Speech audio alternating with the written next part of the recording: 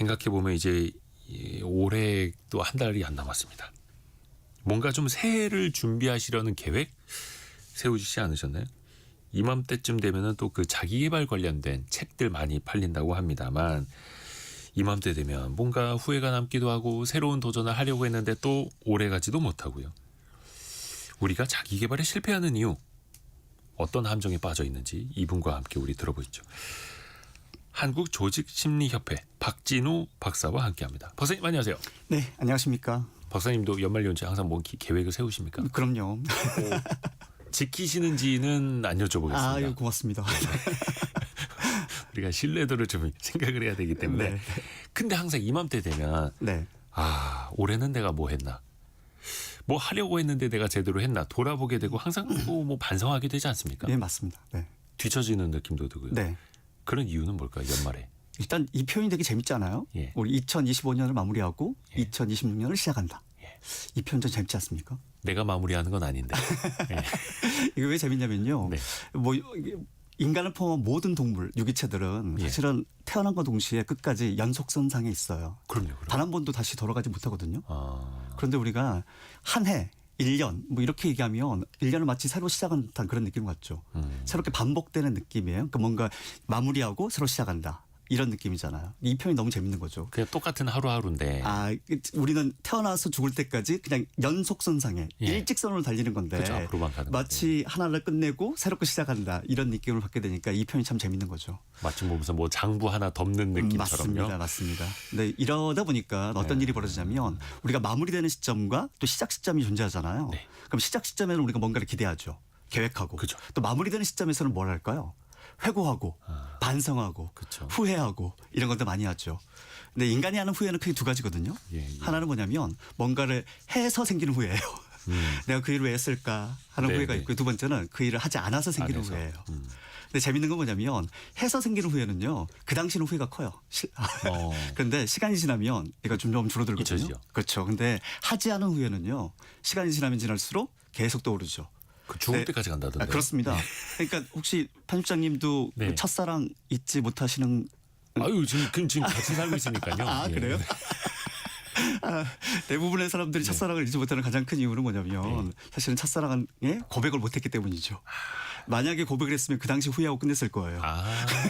그냥 보기 좋게 차였으면 그렇습니다. 시도는 해봤는데 그렇죠, 이렇게. 그렇죠. 근데 하지 않았기 때문에 그 죽을 때까지 그 후회가 계속 남는 거죠.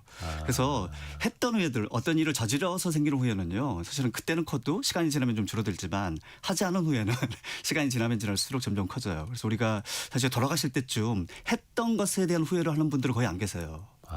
내가 좀 더 뭘 더 했어야 됐는데 뭘 하지 않았던 게 후회된다. 이런 표현을 훨씬 더 많이 하시죠. 그러니까 우리가 마무리되는 시점이니까 사실 우리가 그동안 했던 일보다는 하지 않았던 일에 대한 후회가 훨씬 더 커질 수밖에 없는 그 시점인 거죠. 그래서 뭔가 새해가 되면은 뭔가 해보려고. 그렇죠. 새로운 도전 하려고 막 이렇게 되는 그렇죠, 거예요. 그렇죠. 그것도 그렇지만은 사실은 또 더 중요한 건 뭐냐면 사실 우리가 이런 인간의 심리를 활용할 수도 있다는 거죠. 그러니까 우리가 뭔가 마무리되잖아요. 네. 그럼 하지 않은 후회가 더 크잖아요. 네. 이때 뭔가를 자꾸 마무리하려는 그 심리가 훨씬 더 커져요. 그래서 한 해의 마무리는 실제로 혹시 편집장님 이거 아세요? 저기 마라톤 기록들 있잖아요. 특히 예. 아마추어 마라톤 기록에 예. 4시간 기준으로요. 4시간 바로 직전에는요. 그 기록들이 엄청나게 많아요. 근데 4시간 바로 지나잖아요. 예. 기록이 훅 줄어들어요. 왜 그런 줄 아세요? 왜 그럴까요? 사실 사람들의 심리가 뭐예요? 4시간 안에 들어오고 싶은 거거든요. 그러니까 길을 쓰고 4시간 한 1분에서 5분 사이에 들어올 만한 그런 선수들이 있을 거 아니에요. 네네. 그 선수들은 길을 쓰고 4시간 안에 들어오는 거예요. 3시간 59분. 그렇죠. 근데 4시간 넘어가면 한 4시간 10몇 분 막 20몇 분 이렇게 돼버리는 거예요. 그렇죠. 그러니까 사람들이 생각은 이런 거예요. 얘랑 늦었는데. 3시간은 40분이나 3시간 40분하고 4시간 40분이에요. 1시간 차이잖아요. 예. 그런데 사실은 3시 50분, 3시간 50분 하고 3시간 40분은 큰 차이가 없어 보여요. 근데 3시간 50분하고요. 4시간 40분은 엄청나게 큰 차이가 보이죠. 네네네. 그러니까 우리가 같은 간격의 차이를 하더라도 4시간 안쪽이냐 바깥쪽이냐에 따라 달라지죠. 마라톤 나이라는 것도 있습니다. 마라톤 나이. 예. 우리가 49살이 마라톤 나이에 피크를 찍거든요. 그러니까 51세에 마라톤 안 좋아하는 사람들은 극히 줄어들어요. 근데 49세에 마라톤을 안 좋아하는 사람들, 50세 딱 됐을 때 예. 마라톤을 안 좋아하는 사람들은 급격하게 늘어납니다.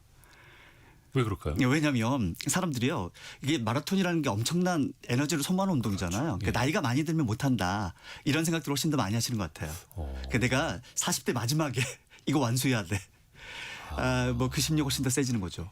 그러니까 사실 뭐 그 1, 2년 차이에 몸이 급격히 변하는 건 아니겠지만 그렇습니다. 50대 때 뛰는 거랑 40대 때 뛰는 거랑 40대 때 한번 완주하자 막 이런 마음이 그렇죠. 심리적으로 더 큰 그렇죠. 거예요. 그래서 하나의 마무리를 할 때 제일 중요한 마음가짐이 딱 거기 있어요. 어떻게 하는 게 좋냐면 올해 한 해 동안 내가 꼭 마무리하고 싶은 거 그걸 먼저 떠올려 보는 것이 하나의 마무리는 가장 타당하죠.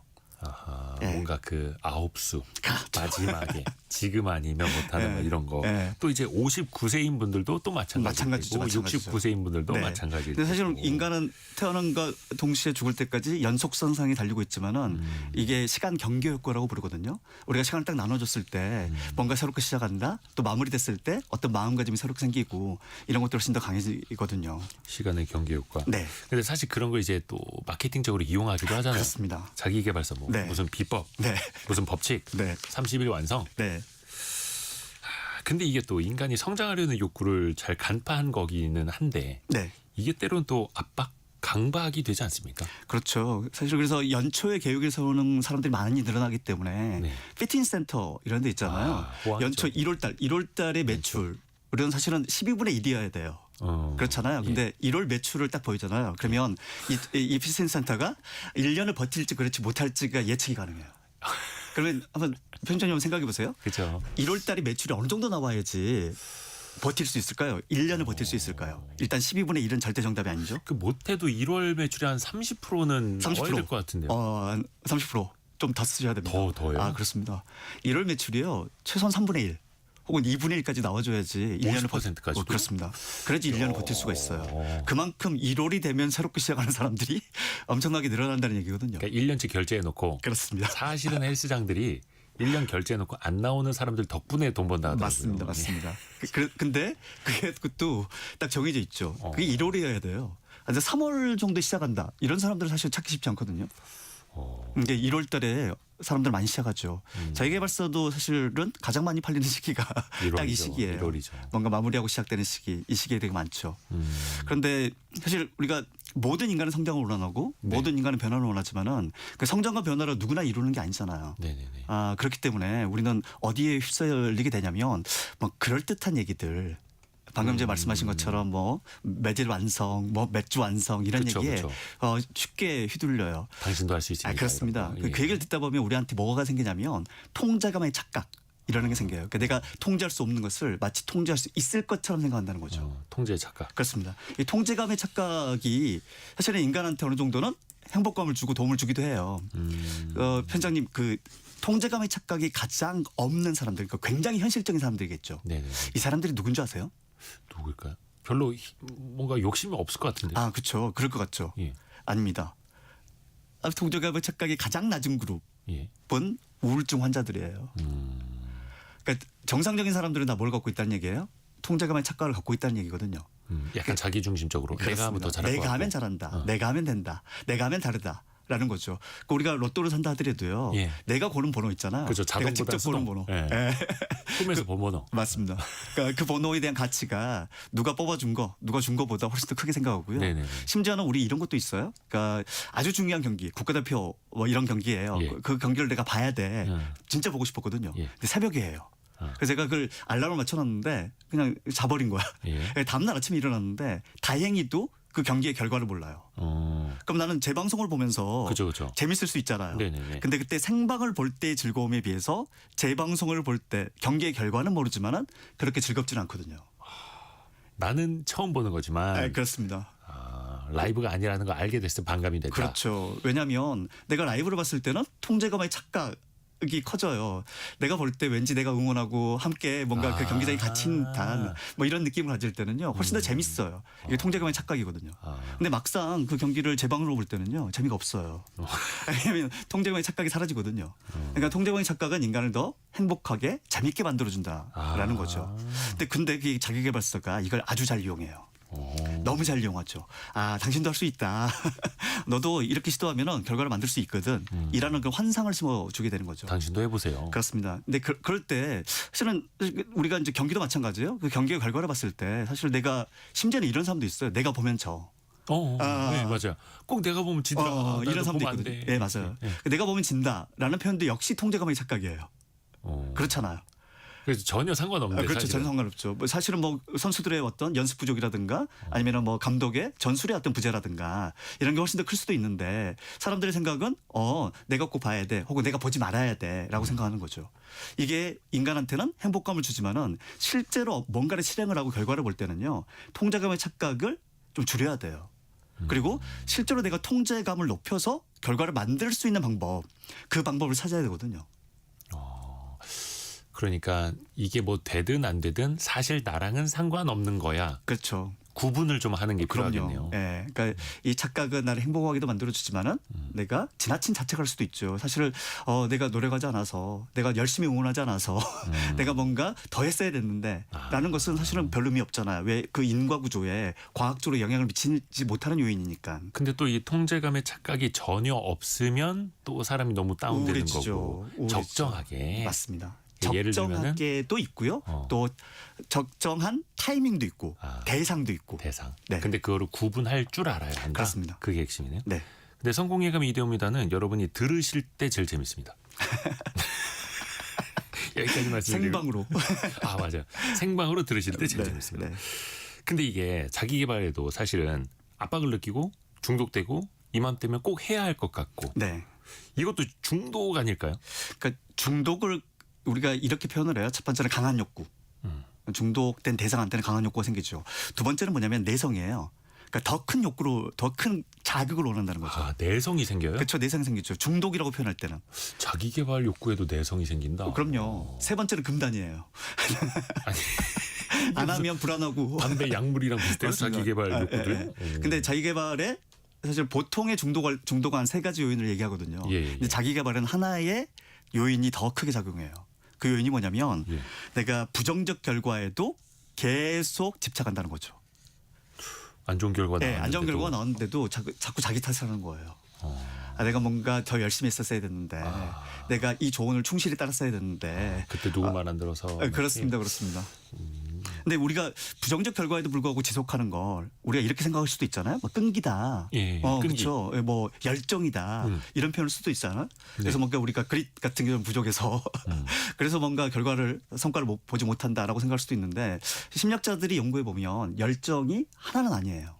우리가 열정이 있다 없다 이렇게 표현하는 게 아니고요. 열정은 두 가지예요. 열정에도 종류가 네, 있어요? 종류가 있죠. 발라란드 학자가 이 두 가지 열정을 연구하신 분인데 네네네. 첫 번째 열정은 뭐냐면 조화로운 열정이에요. 조화로운 열정은 뭐냐면 아까 우리가 통제감의 착각 이런 말씀드렸잖아요. 예. 이걸 내가 잘 이해하고 있는 거예요. 그래서 내가 어느 대상한테는 내가 좀 더 기대를 더 많이 하고 어느 대상은 사실은 내가 미치는 영향력이 없고 또 어떤 방법에 대해서는 내가 좀 더 다른 방식을 써야 되고 혹은 어떤 방법에 대해서는 내가 과감하게 포기할 수도 있고 이런 것들이 뭔가 맺고 끊음이 그렇죠. 되게 분명하죠. 이가 조화로운 열정이라고 부르고요. 뭐 예를 들어서 확률 높은 배팅과 그렇습니다. 확률이 희박한 배팅을 구분할 줄 아는 것. 그렇죠. 두 번째 열정은 뭐냐면 이 강박적인 열정이에요. 강박적인 열정은 한 가지 대안, 한 가지 방법밖에 모르는 열정을 의미하거든요. 오로지 이길 한우물만 파겠어. 네, 맞습니다. 근데 참 재밌는 게 뭐냐면 이거예요. 그 베를린 음악학교에 있는 학생들을 연구한 거예요. 네네네. 바이올리니스트들 있잖아요. 음악학교에 들어간 영재들입니다. 다 똑똑한 애들이에요. 예. 근데 이 중에서도요. 탑 클래스에 속하는 애들과 성적을 바닥을 까는 애들이 있어요. 예. 그 안에는 분명히 좀 편차가 있겠죠. 근데 이게 연구를 해보니까 너무 재밌었던 건 뭐냐면 우리가 뭐에 대해서 우리가 중독돼 있다. 특히나 자기 개발에 중독돼 있다라고 평가할 때도 네. 딱 이 기준을 쓰면 가장 적합할 것 같아요. 그러니까 뭔가 조화로운 열정을 갖고 있는 애들이 탑 클래스에 속하고요. 강박적인 열정을 갖고 있는 애들이 바닥을 깔거든요. 바닥을 깔아줘요. 근데 이게 어떻게 다르냐면 연구의 결과가 이거예요. 그러니까 뭔가 성적이 좋은 애들, 성과가 좋은 아이들. 네. 이 아이들의 특성은요. 노는 것과 그러니까 쉬는 것과 연습하는 경계가 되게 분명했어요. 놀 때 놀고 할 때 하고. 그렇습니다. 이 경계가 너무 분명했어요. 그 어른들이 해주시던 말씀인데 그 맞는 거예요? 네. 그런데 강박적인 열정을 갖고 있는 애들 있잖아요. 얘들은 쉴 때 되게 불안한 거야. 그러니까 내가 쉬어도 쉬는 게 아닌 거죠. 쉴 때 제대로 쉬지도 못하고. 맞습니다. 머릿속에서 항상 그 생각 해야 맞습니다. 되는데 계속 내가 뭔가를 해야 되는데 그래서 그 쉬는 것, 휴식 시간과 그다음에 연습 시간에 그 경계가 되게 분명한 아이들, 이 아이들이 조화로운 열정을 갖고 있는 아이예요. 아니 근데 그게 네. 맺고 끊는 거 잘해야 된다. 네. 할 때 제대로 하고 쉴 때 제대로 쉬어라라고 말은 합니다만 네. 인간의 마음이라는 게 그렇게 딱딱 이렇게 끊어지질 않잖아요. 그래서 훈련이 좀 필요하죠. 훈련이 필요해요. 그럼요. 그러니까 내가 인지적으로 사실 훈련이라고 하면은 내가 내 정서나 내 인지나 내 행동을 조절하는 것도 하나의 훈련이지만은 두 번째는 뭐냐면 환경을 바꾸는 거예요. 그것도 일종의 훈련법 중에 하나거든요. 그러니까 내가 예를 들어서 편집자님이 되게 휴식을 취할 때 딱 적합한 장소와 음악과 조도와 뭐 이런 것들이 존재하지 않겠습니까? 딱 그 공간에 내가 들어가잖아요. 그러면 내가 휴식을 취하기 되게 적합해지는 거죠. 그냥 왜 일하던 혹은 공부하던 책상에 앉아서 맞아요. 책 덮어놓고 뭐 다른 거 보면서 휴식을 취해 네. 쉬었다 나중에 해 이게 네. 아니라 그렇죠. 아예 다른 공간 그렇죠. 오쇼파가 될 수도 있겠고 맞습니다. 공원이 될 수도 맞습니다. 있겠고 이것도 연습이 필요하네요. 네, 그럼요. 열정에도 종류가 있다라는 네. 걸 몰랐습니다. 그래서 조화로운 열정을 갖고 있느냐, 강박적인 열정을 갖고 있느냐. 뭐 보면하냐면 휴식 시간에 이 사람들이 어떤 태도를 갖고 휴식을 취하고 있느냐. 이거 보면 매우 명확하게 구분이 됩니다. 그렇죠. 이렇게 네. 휴식 취할 때는 제대로 휴식을 취해야 하는데 네, 박영은님이 적당한 강박이 있어야 발전하는 사람이라고. 맞아요. 이게 적당하게 참는데 필요한데 어려워요. 박영은님이 아까는 헬스 끊어놓고 하루도 안 갔다라고. 본인이 말씀이 좀 엇갈리긴 하는데. 7811님. 저는 올해 초에 계획을 꼭 지킬 수 있는 걸 세웠습니다. 분기별로 어려운 곳에 작게나마 기부하는 거였는데 나와의 약속을 지켰고 내년에는 6번으로 벌써 정했어요라고. 좋은 일도 하시고 계획도 잘 지키시고요. 근데 항상 그 작심삼일이라는 말 네, 떠나질 않습니다. 분명히 내년 한 1월 3, 4일쯤에 이 얘기 또 나올 거거든요. 맞아요. 결실을 제대로 맺지 못하는 이유는 어디서 찾아봐야 될까요? 사실 그 작심삼일은 그 동기의 지속성을 얘기하는 거잖아요. 네네. 근데 동기의 지속성에 있어서 사실 두 가지 부류가 있습니다. 그러니까 우리가 작심삼일을 해도 내가 뭔가 좀 안 됐네?라고 해도 재시도하는 사람들이 있고요. 예. 작심삼일을 통해서 이제 그만두는 사람들이 있죠. 그러니까 인간을 두 가지 유형으로 또 자기 개발을 연구하시는 분들도 얘기하거든요. 네. 첫 번째 유형을 뭐라고 부르냐면 이 사람들을 성과 지향적 목표로 갖고 있다. 혹은 결과 지향적 목표로 갖고 있다라는 표현을 씁니다. 성과나 결과만. 네. 그거 보는 사람들은 그러니까 그 목표가 중심인 사람들은요. 작심삼일을 통해서 되게 실망이 많이 들고 새로운 도전이나 시도를 못하죠. 두 번째 유형을 뭐라고 부르냐면 예. 과정 지향적 목표 혹은 학습 지향적 목표라고 불러요. 그러니까 비록 작심삼일을 하더라도 3일 동안 내가 뭔가 배운 게 있다. 내가 뭔가 느낀 게 있다라고 그 과정 자체에 방점을 찍는 사람들이 있거든요. 이 사람들을 우리는 학습 지향적 목표를 갖고 있다라는 표현을 써요. 그러니까 사실 이 프로그램이 이제 성공예감 예, 있잖아요. 예, 예. 혹시 편집자님 예전에 네. 이 프로그램 기억나세요? 성공시대? 네네네. 기억나요? 그 지금도 우리 청취자분들이 헷갈려하세요. 그래서 저희가 아주 이 청취율 조사 때 좀 불리한 감이 없지 않아 있습니다. 그래요? 성공 시대 아니고 저희는 성공 예감인데. 네. 성공 시대는 옛날 뭐 다큐 뭐 이런 거 있었죠. 맞아요. 예, 예. 그 성공시대를 기억하시는 분들은 일단 회장님들 나오시고. 예. IMF를 지나신 분들이에요. IMF 세대. 왜냐하면 네. 그 IMF 직후 그때쯤 시작을 해서요. 네네네. 2000년대 초반에 이게 마무리가 되거든요. 그래서 사실 오랫동안 이 방영된 프로그램은 아닙니다. 근데 이게 사실은 대표적인 결과지향적, 성과지향적 프로그램이에요. 그러니까 결과를 보고 그 결과에 이제 스포트라이트를 주는 거죠. 근데 KBS에서는 과정지향적 프로그램이 있는데 혹시 아세요? 성공 예감인가요? 또 어떤 게 있을까요? 인간극장. 이건 이제 되게 평범한 사람들의 살아가는 이야기. 그렇죠. 과정을 보여주죠. 학습을 보여주잖아요. 사실 그 이 프로그램 지속성을 보면 어디가 더 오랫동안 지속됐나요? 인간극장이죠. 그렇죠. 이게 작심삼일이 아니죠. 인간극장은 뭔가를 새롭게 한번 또 시작해 볼 수 있고 또 시도해 볼 수 있고 그런 어떤 인사이트를 주는 게 인간극장이에요. 또 평범한 사람들의 어떤 과정 이런 것들 보여주는 거죠. 그렇다면 이제 성공예감은 이 편점 생각이 어떤 것 같으세요? 이건 결과지향적 프로그램인가요? 과정지향적 프로그램인가요? 저희요? 네. 과정지향적이라고 하겠습니다. 학습이 있고요. 과정이 있고요. 그 과정을 즐기는 프로그램. 네, 맞습니다. 여러분과 함께 성장하는 프로그램. 저도 그렇게 생각합니다. 그래서 이걸 뭘 명심하겠습니다. 보면 알 거냐면 말 수 있냐면 네네. 아마 패널이나 여기 나오시는 이제 게스트분들 이런 분들이 어떤 얘기를 주로 많이 들려주느냐에 따라 좀 달라질 것 같아요. 그러니까 뭔가 우리가 예감이라는 것은 그 어떤 결과에 대한 기대감이잖아요. 근데 그 과정을 통해서 그 결과를 만드는 데 위해서는 우리가 어떤 과정에 어떤 충실성이 좀 필요하죠. 그 충실성을 얼마나 우리가 좀 잘 짚어주느냐, 그것도 어떤 과학적 근거를 가지고 짚어주느냐. 이런 게스트가 많을수록 아마 이건 과정지향적 프로그램이라고 얘기하는 게 맞는 거고요. 그냥 성공의 비결 뭐 이런 거 이런 것만 얘기할수록 사람들은 진짜 성공한 사람을 보고 싶어하고 네. 결과를 빨리 보고 싶어하고 그러잖아요. 맞아요. 과정을 즐기고 그 네. 과정 학습해 나가는 과정이 중요합니다라고 해도 네. 또 사람들이 또 원하는 건 다르더라고요. 그렇죠. 그래서 우리가 마인셋이라는 표현을 쓰잖아요. 네. 마인셋은 우리가 마음가짐이죠. 예. 그러니까 우리가 실은 결과지향적인 사람들이 존재하고 과정지향적인 사람이 이미 존재해. 그래서 결과지향적인 사람들은 항상 결과지향적으로 생각하고 과정지향적인 사람들은 항상 그래. 이게 타고난 특성이야. 성격적 특성이 내가 못 받고 결과 빨리 내놔. 빨리빨리 문화. 이게 한국인의 특성이거든. 이거 못 받고. 네네네. 못 그런 받고. 말을 많이 하죠. 예. 그렇게 우리가 생각을 많이 하잖아요. 네. 근데 심리학자들의 연구는 좀 다르거든요. 이게 우리의 마음가짐이에요. 그러니까 성공 시대 아까 말씀드렸잖아요. 성공 시대는 인기가 그렇게 오래가지 못했어요. 왜냐하면 우리가 결과 위주로만 사실은 IMF를 극복하기 위해서 제일 중요했던 건 뭐냐면 결과였어요.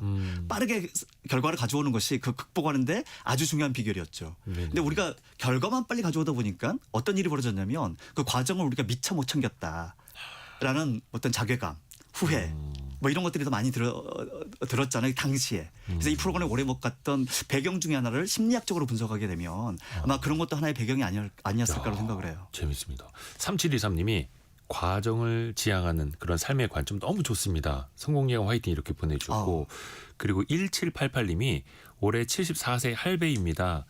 올해 3살 배기 손자 최선을 다해서 돌봤네요. 그 결과 13.5kg짜리가 16kg까지 됐어요. 와, 그 덕분인지 딸아이 사위도 열심히 직장 생활할 수 있어서요라고 보내주고 이런 과정을 기록하는 삶. 그럼 그럼요. 굉장히 충실해하네요. 행복하겠네요. 당신이 했던 어떤 과정에 대해서 의미를 부여하신 거잖아요. 예. 그거 정말 쉽지 않거든요.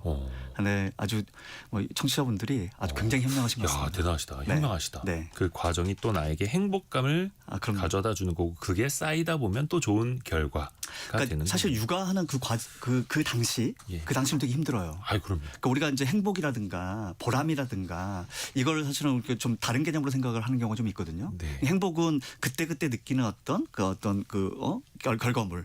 그러니까 내가 이거 해서 행복해. 이거 먹어서 행복해. 누구 만나서 행복해. 이런 행위를 행복해. 그러니까 뭔가 즉시 취해야 될 그 뭔가의 대상으로 생각을 하는데요. 좀 인생을 좀 길게 보잖아요. 좀 넓게 보고 길게 보게 되면은 사실 과정은 되게 힘들 수 있어요. 예, 그래서 지금 이제 우리가 육아하는 그 신생아가 있는 그 부부들한테 육아에 대해서 물어봐요. 행복하세요?라고 물어보면 대부분 그렇게 얘기하지 않아요. 너무 힘들어요. 그죠. 새벽에 당장. 계속 깨고 정말 죽겠어요. 이런 표현을 훨씬 더 많이 해요. 맞아요. 그런데 어느 정도 아이를 좀 키워놓잖아요. 당신 인생에 자녀가 갖고 있는 의미는 무엇이었습니까? 라고 물어보잖아요. 너무 행복했어요. 아이가 없었으면 내가 이런 지나고 행복을 나서 가지지도 보면. 못했을 것이다. 근데 잘 생각해 보시면 당시에는 어땠어요? 힘들었죠. 너무 힘들어. 지나고 보면. 행복했던 그렇죠. 왜 그러냐면 사람들은 시간이 좀 지나잖아요. 예. 그러면 거기에 의미를 더 잘 부여해요. 근데 그때 과정마다 그때 시점마다 의미를 부여하는 것은 정말 쉽지 않죠. 근데 방금 그 의견 주신 청취자분이 그 아이를 키우는 그 시점에 분명히 쉽지 않으셨을 텐데 그쵸. 그때 의미를 부여하신 것은 그래서 제가 너무 현명한 분이다라고 말씀드린 게 그런 이유 때문에 그렇습니다. 그래서 저도 지금 육아에 힘들어하는 그 후배들 보면 그런 얘기 해주거든요. 그 5년 뒤에 어떨 것 같냐. 다 기억나고. 그래서 저는 이제 지금 생각해 보면 예전에 그 응가 기저귀 갈 때도 막 냄새나고 더럽고 하잖아요. 지금 생각해 보면 그 하나하나가 되게 소중한 그립죠. 시간이었구나. 너무 그립죠. 생각이 네. 들어요. 근데 그 당시에는 또 잘 모른다는 거. 그래서 이런 이야기가 또 필요한 거기도 하고요. 네. 이번엔 그 성장의 함정에 대해서 좀 이야기해 보고자 하는데 네. 왜 그 1만 시간의 법칙이라는 게 있다면서요. 네네. 뭐든지 10,000시간을 노력하면 네. 어느 정도 경지에 오른다라고 표현을 해도 될지 모르겠습니다만. 맞아요. 네. 근데 우리가 직장 생활로 생각을 해보면 주 40시간 근무하면 한 5년만 돼도 1만 시간을 채우는 게 되거든요. 네. 그렇다고 해서 뭔가 다들 전문가라고 볼 수 있을까? 그건 또 아닌 것 같고요. 근데 그 아까 1만 시간의 법칙을 이제 말씀하셨으니까 네. 그 1만 시간이라는 표현 그 표현이 최초로 나온 논문이 뭐냐면 아까 제가 베를린 음악학교 설명드렸던 거 기억나시죠? 그거 연구하신 분이에요. 앤더스 엘슨이라는 분이고요. 플로리다 주립대학의 심리학과 교수님이신데 이분이 당신이 연구했던 분야가 뭐였냐면 어떤 사람들이 대가가 되느냐. 어떤 사람들이 탁월해지느냐. 그 탁월성의 원리를 밝혀내신 분이에요. 아까 그 조화로운 열정과 그렇죠. 강박적인 열정을 연구하신 분이 연구하신 분은 따로 있지만 예. 그걸 검증했던 분 아. 중에 한 분이 그 에릭슨이라는 분이거든요. 예. 근데 그 아까 휴식과 그다음에 연습하는 시간이 경계가 되게 분명했다라고 네. 말씀드렸던 그거 연구하신 분이거든요. 그러니까 보니까 뭐냐면 이 사람들은 그 탁월한 친구들은요. 일만 시간뿐만 아니라 다른 어떤 특성들도 갖고 있었어요. 일만 시간이 지나치게 부각된 거죠. 일만 시간은 어떤 표현으로 나오냐면 그 논문에는 이렇게 나와요. 예. 평균적으로라는 표현이 나와요. 평균적으로. 평균적으로. 그러니까 체스의 마스터가 되는데 예. 평균적으로 만 시간이 필요하다라는 표현이에요. 평균의 함정이라는 게 있을 거 아니에요. 예, 그렇죠, 누군가는 그렇죠. 3만 시간이 필요했고요. 누군가는 3천 시간 만에 가능했습니다. 네, 평균은 어때요? 평균은 1만 시간이었거든요. 그래서 1만 시간의 법칙은 잘못 알려진 법칙이죠. 그냥 평균일 뿐이고요. 누군가는 3천 시간 만에 가능하기도 하고 누군가는 3만 시간이 걸리기도 합니다. 근데 그것을 3만 시간이 걸려도 못하는 사람들도 있죠. 그러니까 그 원리는 사실은 단순히 시간뿐만 아니라 다른 요인들 아까 말씀드린 휴식과 연습의 경계 또 하나의 요인이 될 수도 있고 더 중요한 요인은 뭐냐면 예를 들어서 우리 편집장님이 좋아하시는 운동이 있을 거 아니에요. 네. 저는 사실은 테니스를 되게 좋아하는데 그 테니스를 잘못된 포즈로 1만 시간을 만약에 연습을 한다. 어떤 일이 벌어질까요? 팔꿈치만 나가죠. 그렇죠, 그렇죠. 네. 엘보 오고 네네네. 어디 다치고 뭐 이럴 거 아니에요. 근데 제가 좋은 코치를 만났어요. 네. 그 코치가 이렇게 얘기하는 거죠. 아 지금 발이 너무 빨리 움직였어요. 아 지금 이게 백 뒤로 빼는 게 너무 백스윙. 늦어요. 백스윙이 너무 늦어요. 이렇게 뭔가 좀 알려줘요. 알려주면 제가 교정을 하죠. 교정을 하고 그래서 미세 교정을 통해서 제가 만 시간. 이 아니라 뭐 적정 시간을 훈련한다고 하면 훨씬 더 나아질 수가 있죠. 그 만 시간을 어떻게 보내느냐가 사실 그렇죠. 핵심이니까. 가장 중요한 것 중에 하나가 뭐냐면 목표가 나한테 적합하냐 그렇지 않느냐였어요. 내가 이 정도 수준, 그러니까 조금 높은 수준의 목표를 설정을 하면 내가 이렇게 연습했을 때 이걸 달성했을 때 성취감이 느껴지겠죠. 그러면은 1만 시간 내 좀 더 근접해지는 거고요. 근데 목표가 처음부터 너무 과도해. 야, 나는 페더러처럼 치는 거야. 로저 페더러처럼. 그렇죠. 뭔가 목표가 너무 과도한 목표를 가지고 내가 그 목표를 1만 시간에 저 정도 수준까지 갈 거야라고 한다면 이미 틀린 거죠. 그거보다는 사실은 조금 살짝 높은 목표. 이 목표가 이제 첫 번째로 중요하고 두 번째는 누군가 피드백이 필요해요. 좋은 코치의 피드백이 필요합니다. 세 번째는요. 그 픽스하는 과정에서 내 스스로의 성찰도 필요하고 그걸 통해서 내가 성장한다는 느낌. 이 느낌도 되게 중요하죠. 성취감. 중간에 잘못된 걸 고쳐나가는 과정에서도 성취감을 느낄 수 있다. 그렇습니다. 그래서 한 5년 정도면 1만 시간이 되니까 다 뭐 연구원이면 대단한 연구를 만들어내고 일단 버텨. 뭐 기술자면 뭐 그런 게 아니고 그 과정에 좋은 멘토가 있었냐. 그렇죠. 그리고 목표가 적정했느냐. 그리고 나는 그 과정에서 성취감 뭐 이런 걸 느끼고 있었느냐. 그 질적인 걸 봐야 그렇습니다. 그 과정 자체가 만약 이런 요인들이 있었다면 1만 시간이 좀 더 의미가 있었겠죠. 중요합니다. 네. 그리고 또 이게 맞는 말인지 오해인지 네. 과연 함정인지 네. 몇 가지를 한번 또 따져볼게요. 네. 그런 말 있지 않습니까? 피할 수 없으면 즐겨라. 즐기는 사람을 넘어설 수 없다. 이런 이야기 있는데 맞아요. 이건 어떻습니까? 제가 그 표현을 언제 봤냐면요. 진짜 피할 수 없는 그 순간에 봤거든요. 신병교육 때. 예, 즐기셨습니까? 그래서 이제 신병교육 때 예. 그게 딱 써 있는 거예요. 맞아요. 분서처럼 그게 빨간 글씨로 마치 북한 죄송해요. 피할 수 없으면 즐겨라라고. 피할 수 없으면 즐겨라. 당연히 피할 수는 없어요. 네. 피할 수 없잖아. 그래서 우리 그때 당시 훈련병들, 제 동기들은요, 그걸 보면서 굉장히 감화를 느꼈어요. 야, 이런 거구나. 인생 이렇게 살았어야 되는데라고 하면서 그 당시에는 마치 뭔가 대단한 어떤 깨달음을 느낀 것처럼 생각을 했었죠. 근데 또 하면 되긴 돼요. 되죠. 예. 근데 잘 한번 생각해 보세요. 그때 만약에 훈련병들이 훈련을 즐기고 있었어요. 아주 즐겁게. 조교들이 뭐라고 표현했을까요? 이상하게 봤겠죠. 야, 군대가 장난이냐? 오, 너는 이게 재밌냐? 캠프 왔냐? 뭐 이런 거. 뭐 이렇게 반응할 가능성이 높지. 야, 얘들이 즐기는구나. 그러니까 이렇게 생각하진 않았을 거 아니에요. 그럼요.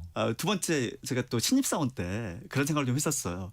신입사원이면은 내가 원하는 일을 할 수 있는 게 아니잖아요. 시키는 일, 네. 그것도 허드렛 일. 근데 그걸 제가 즐겨요. 너무 즐기고 너무 재밌게 하는 거예요. 허드렛만 시킬 것 같고. 그러면 예. 이 허드렛 일이 더 늘어날까요? 줄어들까요? 더 시킬 것 같아요. 그렇죠. 더 시키죠. 야, 쟤 설거지 좋아한다. 맞아. 쟤 엄청 즐겨. 예. 그러니까 피할 수 없다면 즐겨라는 말이 사실은 어떤 때는 정답이 될 수 있지만은 이거 오답이 될 가능성도 있잖아요. 상황에 따라서. 근데 그 상황이라는 것은 그 조건이라는 것은 정해져 있어요. 심리학자들 연구에 따르면. 첫 번째는 뭐냐면 자율감이에요. 자율감. 예. 자율감이라는 건 사실 내가 그 과정 뭔가 아주 타이트한 과정이잖아요. 딱 짜여져 있잖아. 내가 뭔가 뭐 선택할 수 있는 게 없잖아요. 네. 그럼에도 불구하고 자율감을 줘야 돼요. 뭐 순서라든가 방법이라든가 얘는 자율감을 줘야 돼요. 그러니까 결과는 어떻게 할 수는 없다 하더라도요. 방식 혹은 순서 이 정도의 자율감이라도 좀 필요하다는 거죠. 근데 군대라는 환경이 어떤 환경이냐? 자율감 없죠. 그렇죠. 전혀 없죠. 그러니까 처음에는 사람들이 뭔가 감화를 느껴도요. 시간이 지나면 냉소적으로 변해요. 아 저거 그냥 그래서 훈련병 시절에는 이 표현이 되게 되게 감동적이지만은 시간만 좀 지나잖아요. 제가 26개월 군생활을 했는데 네. 이 피할 수 없다면 즐겨라가 저한테 감동을 준 순간은 단 일주일에 불과했습니다. 나머지 퇴소할 때. 네. 나머지 모든 세월 동안에 저걸 되게 냉소적으로 바라봤거든요. 마찬가지로 사실 자율감 신입사원들한테 자율감이 좀 필요합니다. 그러니까 두 번째는 뭐냐면 진척감이에요. 진척감, 프로그레스. 그 센스 오브 프로그레스로 표현하잖아요. 예. 뭔가 내가 성장한다는 느낌. 아하. 이 느낌이 있어야 돼요. 그러니까 내가 뭔가를 하는 걸 통해서 내가 어떤 아까 말씀하신 우리 청취자분처럼 어떤 의미를 부여하고 거기에 대해서 내가 뭔가 성장한다는 느낌을 갖고 있고 이 과정이 반드시 좀 필요하거든요. 그래서 중간중간에 피드백도 필요하고요. 그런 과정을 통해서 피할 수 없다면 즐겨라는 큰 의미가 있죠. 근데 이런 게 없이 그냥 피할 수 없다면 즐겨라는 문제가 있어요. 제가 또 조직 심리학자잖아요. 네네. 우리가 조직을 연구해요. 예. 조직을 연구하면 실제로 이런 마인드셋이 되게 좋은 분들이 계세요. 피할 수 없다면 즐겨라. 네. 예, 동의하십니까? 라고 했을 때 네네. 나는 동의하죠. 나 이거 되게 중요하다고 생각해요. 라고 생각하는 사람들이 있어요. 이 사람들을 뭐라고 부르냐면 성장 마인드셋이 있는 사람이다. 라고 불러요. 두 번째는 야 그게 말이 됩니까? 이거 뭐 우리 이용해 먹으려고 뭐 하는 어떤 그렇죠. 농간이고 장난입니다. 그래서 왜 피할 수 있으면 피해라 이런 그렇죠. 말도 있어요. 예. 진작 피했어야지. 왜 이렇게 늦게 피했니? 네. 그게 뭐냐면 사실 성장 마인드셋이 낮은 사람들이죠. 그래서 이 태도예요. 일종의 마인드셋은 아까 마음가짐이고 마음가짐은 얼마든지 변화가 가능하다라고 말씀드렸는데 이 태도를 측정을 해요. 그럼 처음에 성장 마인드셋이 좋은 사람들은요. 어떤 일을 대할 때 태도가 좋겠죠. 네네. 그리고 그 성취감도 더 많이 느낄 거예요. 심지어는 스트레스에 빠져도요. 회복 탄력성이 좋아요. 그럼 금방 빠져나올 수 있단 네네네, 말이에요. 맞아요. 그러니까 이 사람들은 되게 건강한 사람들이죠. 그런데 재밌는 건 뭐냐면 시간이 좀 지났을 때의 패턴을 보는 겁니다. 그러니까 성장 마인드셋이 있는 그룹은 일단 시작 시점에서는 성과가 좋아요. 근데 이게 얼마나 지속되느냐를 보게 되면 이게 성취감 아까 말씀드린 또 진척감 이런 거 없이 마인드셋만 있어. 그러니까 내가 바꿀 수 있는 게 아무것도 없는 거야. 그 과정에서 마인드셋만 좋아라고 하는 사람들은 시간이 지나면 더 냉소적으로 변해요. 그런데 성장 마인드셋이 있으면서 조직의 제도 자체가 뭔가를 바꿀 수 있는 제도, 뭔가 시도해 볼 수 있는 제도, 네 스스로 결정할 수 있는 제도 이런 어떤 자율감이 있는 제도를 그렇게 도입을 했을 때 사람들은 그 마인드셋이 있는 사람들이 이걸 더해졌을 때 진척감이 더해졌을 때 성과는 훨씬 더 좋거든요. 그러니까 시점을 두고 다르게 판단할 수 있다는 거예요. 자율감과 진척감이 네. 있어야 하는 거고 그 과정에서의 성장도 있어야 사실은 피할 수 없으면 즐겼을 때 또 남는 게 그렇죠. 있을 테고요. 예, 그게 아니면은 초반에는 효과가 있는 것처럼 보이지만은 길게 가지는 않는다. 1606님이 아까 1년 전에 몸이 안 좋아서 시작하게 된 운동 꾸준히 하고 있는 나를 칭찬합니다. 네. 이렇게 보내주셨고 4887님은 20년 가까이 운동 거의 매일 하면서 다이어트 후 체중을 유지하고 있어요. 여기에도 의미를 부여해도 되겠죠. 와 20년 가까이 대단하십니다. 훌륭하십니다. 송용현님이 선생님 성함이 누구시죠? 한국조직심리협회 박진호 박사와 이야기 이어가고 있습니다. 또 하나 여쭤볼 게 있습니다. 노력은 절대 배신하지 않는다. 왜 야구 선수들도 많이 하던데. 네. 엉덩이 무거운 사람이 이긴다. 네. 뭐 책상 앞에 이제 지드감치 앉아 있는. 요거는 통하는 말입니까? 여기에도 함정이 있습니까? 그럼요. 함정 있죠. 그러니까 이게 노력 중심의 사고잖아요. 양 중심의 사고죠. 노력. 양이죠, 양. 예. 전형적인 양 중심의 사고예요. 내가 얼마나 많은 노력을 투입을 했느냐. 예. 시간을 얼마나 투입했느냐. 이게 양 중심의 사고거든요. 예. 양 중심의 사고가 갖고 있는 결정적인 문제는 뭐냐면 항상 결과를 보면서 어떤 생각이 들어요? 내가 양을 충분히 투입하지 못했다라고 자책하겠죠. 그러니까 방식이 잘못됐다. 전략을 수정해야 된다. 이런 생각은 양 중심의 사고에서는 나오지 않아요. 더 열심히 해야지. 그렇죠. 너 노력이 부족한 거야. 너는 그거밖에 못했니? 지금 길의 방향이 틀렸는데 그렇죠. 더 열심히 해야지라고 하면 사실은 말이 안 맞는 거네요. 그렇죠. 그 전략을 수정해야 되고 방식을 수정해야 될 그 시점에 우리는 양 중심의 사고가 갖고 있는 함정은 분명히 존재하죠. 만약에 엉덩이로 뭐 이렇게 성과를 낸다라고 했다면 저는 이렇게 생각해요. 죄송하지만 그 감방 혹은 고시원 이런 데서 세계 최고의 성과가 나와야죠. 그렇잖아요. 그렇게 오랫동안 앉아 있는 곳이 없거든요. 딱 갇혀 있는 공간에. 아. 근데 실제로는 그렇지 않잖아요. 그렇지 않거든요. 오히려 근데 이런 거 있어요. 네네. 똑같이 어떤 죄를 저질렀는데 유배지. 오. 여기서는 선고가 나와요. 정철 뭐 이런 분들 보세요. 네네네. 그렇죠. 정약용 이런 분들. 예. 이거 선고를 내거든요. 그래서 도대체 뭐 어떤 차이가 있을까? 예. 똑같이 어떤 처벌을 받는데 누군가는 가만히 그 공간에서 가만히 앉아 있어야 돼도 누군가는 이동을 하는 그런 기회를 주는 겁니다. 대부분의 어떤 탁월한 성과들은 뉴턴도 마찬가지지만은 휴가지. 그때 뭐 이렇게 흑사병이 돌아서 사과나무 밑에서 앉아 있다가. 흑사병이 돌아서 어쩔 수 없이 집으로 갈 수밖에 없었거든요. 그런 과정을 통해서 사람들은 더 좋은 아이디어를 내죠. 그러니까 뭔가 사람들이 이동해야 되는 시점, 뭔가 휴가를 통해서 휴식을 취해야 되는 시점, 뭔가 릴렉세이션이 필요한 시점, 이런 시점에서 오히려 아이디어가 더 잘 나오고요. 가만히 있을 때 아이디어가 잘 나온다는 증거는 사실 좀 찾기 쉽지 않아요. 예를 들어서 우리가 영국 가면 근위병들 있잖아요. 예. 움직이면 안 되잖아요. 네네네. 이 사람들이 진짜 기발해야 되고요. 이 사람들의 창의성은 그 누구보다 탁월해야 돼요. 근데 역사적으로. 우리 그런 결과를 보는 것은 거의 없죠. 아까도 그래서 말씀해 주신 것처럼 맺고 끊는 거, 네. 때와 장소. 네. 사실은 이게 또 다르다라는 거고. 그러니까 더 중요한 것은 사실은 우리가 생각하는 데 있어서 우리가 신체가 생각을 유도한다는 거잖아요. 예. 그러니까 신체가 좀 자유롭게 움직였을 때 생각도 자유로워진다. 또 우리가 뭔가 좀 탁 트이는 환경을 봤을 때 생각도 넓어진다라고 네네. 표현할 수 있잖아요. 네네. 그래서 이걸 심리학에서 뭐라고 부르냐면 얘를 체화된 인지라고 불러요. 체화된 인지. 그러니까 이게 우리 몸이 우리 생각에 영향을 미친다라고 그렇게 쉽게 이해하시면 되죠. 예를 들어서 오늘 되게 추운 날씨예요. 네. 추운 날씨인데 제가 이게 스튜디오 안에 딱 들어왔단 말이에요. 네. 그래서 좀 따뜻해졌어요. 네. 이때 우리 작가님을 만났거든요. 오. 이 작가님이 너무 온화하고 착한 사람처럼 보이는 거야. 오. 실제로 우리 정조원 작가님이 그렇게 착하고 선한 사람인지는 잘 모르겠어요. 오랫동안 경험하지 않았기 때문에. 지금 저 대답해야 되죠. 네. 착하고 따뜻한 분입니다. 그렇죠. 왜 그렇게 생각했을까요? 제가 추운 데 있다가 따뜻한 공간에 들어왔기 때문에 그 심리적으로 제 영향을 미친다는 제 거예요. 신체가 다 따뜻해졌기 때문에 이분을 더 따뜻하게 인식했을 가능성을 배제할 수 없죠. 근데 만약에 제가 여기 있다가 따뜻한 공간에 있다가 바깥으로 나가요. 거기서 작가님을 인사하게 됐습니다. 이분은 상대적으로 더 차갑게 인식할 가능성이 더 높아요. 이게 일종의 체화된 인지라고 부르거든요. 환경에 영향을 그렇죠. 받고. 그러니까 내가 어떤 느낌을 갖느냐에 따라 달라져요. 그래서 우리가 몸을 좀 자유롭게 움직일 수 있는 환경, 그 환경의 사람들은 더 자유로운 발상을 실제로 해요. 야. 실제로 합니다. 그래서 공간도 마찬가지예요. 우리가 공간을 설계할 때 창의성이 필요한 공간들은 일부러 천장을 높게 두죠. 높게 두는 이유는 왜 좁은 공간에서는 발상 자체가 우리가 좁아진다는 거예요. 넓은 공간에서는 더 넓어져요. 제 소개를 받는 어떤 자료를 편집장님 받으셨잖아요. 네. 이 자료를 받을 때도 마찬가지예요. 예를 들어서 결제 서류. 이전 기억나시죠? 두꺼운 결제 서류에 제 프로필이 들어가 있는 겁니다. 이걸 있어 두껍게 보이고. 무겁게 딱 열겠죠. 그러면 저에 대해서 어떻게 평가해요? 이 사람도 있어 보이네. 그렇죠, 그렇죠. 근데 이게 그냥 A4 한 장만 덜렁 줘. 뭐야 이거. 뭐 이것도 체화된 인지인 거죠. 그러니까 우리가 어떤 신체적 상태에 따라서 생각이 좀 달라질 수 있다는 걸 좀 이해해 보시면은 더 창의로운 생각을 한다, 더 창의적인 생각을 한다, 더 새로운 발상을 한다라는 것도 그 관점에서 이어서 볼 수가 있습니다. 야, 이 연말에 꼭 들어야 될 이야기였습니다. 최경민님이 좋은 분위기에서 소개팅을 해야 하는 이유군요. 또 실생활에 우리는 또 이걸 맞습니다. 써먹어야 됩니다. 네. 오늘은 한국조직심리협회 박진우 박사에게 들어봤습니다. 고맙습니다. 네, 감사합니다. 라디오 정보센터 다녀옵니다.